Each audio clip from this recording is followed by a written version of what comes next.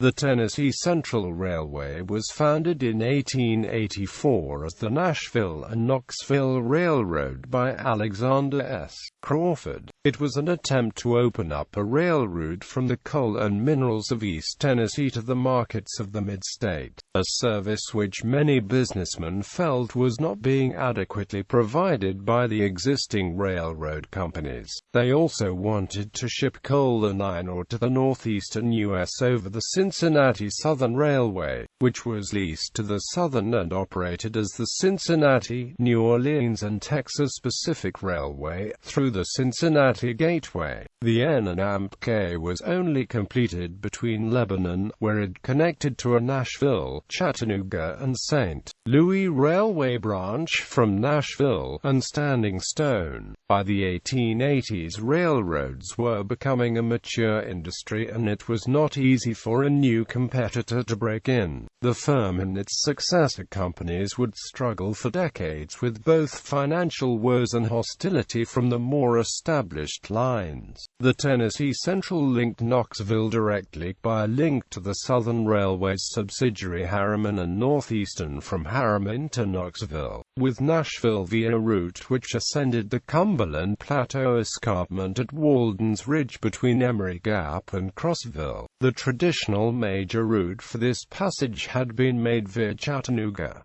In 1893, entered the likes of entrepreneur Colonel J. Baxter. He was known as charismatic and regarded as ruthless. Although no money could be found in Tennessee to complete the property that was to be the Tennessee Central, he traveled to St. Louis and eventually found backing.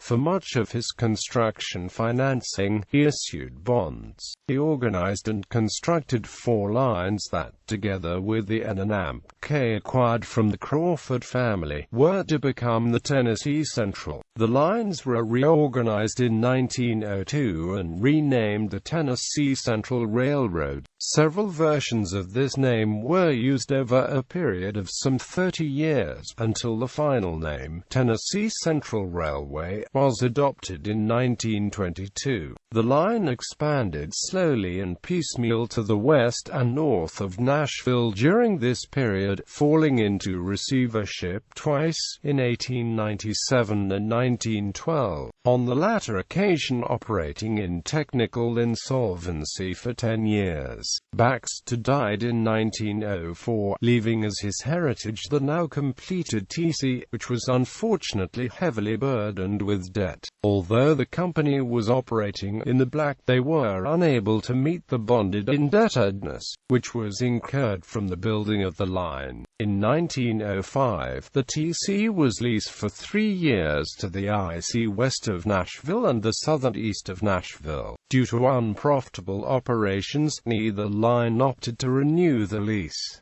In 1922, a group of investors led by Paul M. Davis bought the railroad at a bankruptcy sale, thus abolishing the bonded indebtedness. They hired former President Hugh Wright Stanley, who operated the line profitably until 1945. The first diesel-electric locomotive switcher was brought to Nashville in 1939 by the TC. Post-war years and decline. Wartime traffic in the early 1940s brightened the financial picture, but after that hard times returned. Despite losses in 1946, a group of investors led by J. L. Armstrong bought out the Davis Group. The last of the steam engines were pulled from service in 1952 due to the arrival of 4 diesel locomotives financed by a Reconstruction Finance Corporation loan in the amount of $2.2 million. 1954 saw the opening of the first unit of the Tennessee Valley Authority's Kingston coal-fired power generating plant, which was largely fed coal from TC's own on-line coal mines operators. The company dropped money, losing passenger service on July 31,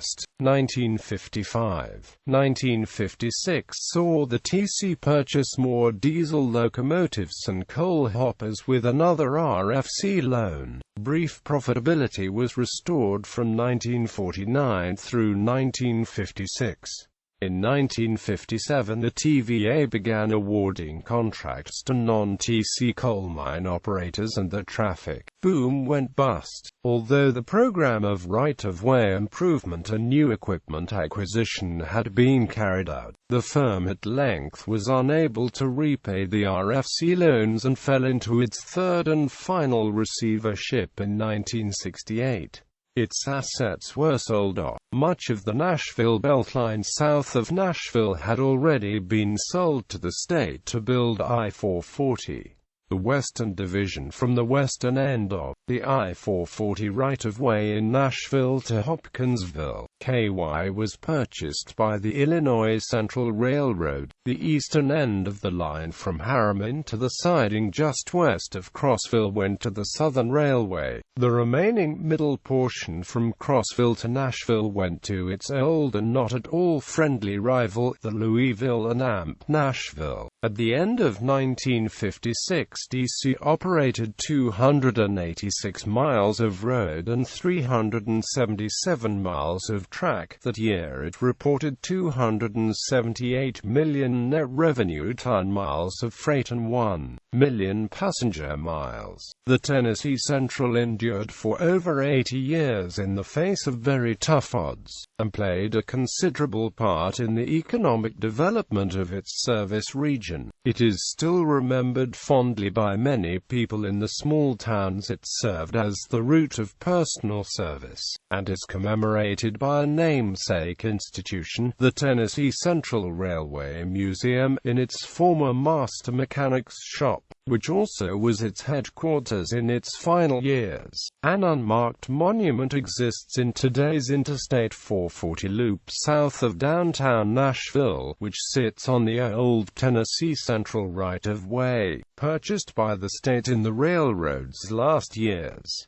Surviving portions. The trackage between Monterey and Crossville was dismantled by the L&AMP-N in the 1980s, which has proven problematic to recent advocates of the restoration of passenger train service between Nashville and Knoxville. The Nashville and Eastern Railroad was formed to revive operation of the line's freight service to Old Hickory in Lebanon, approximately 30 miles east of Nashville, with occasional runs to points somewhat further east over the former L&AMP-N owned TC trackage. The N&AMP-E once participated in the operation of the Broadway dinner train out of Nashville. Today it hosts the Music City Star commuter rail service between Nashville and Lebanon. In 2000, the Nashville and Western Railroad was formed as a subsidiary of the Nashville and Eastern to take over the operation of the LTC from Nashville to Ashland City, which was on the portion originally sold to the IC, but later operated by numerous short lines. The Cumberland River Bicentennial Trail extends approximately 14 miles west from Ashland City on the old TC roadbed.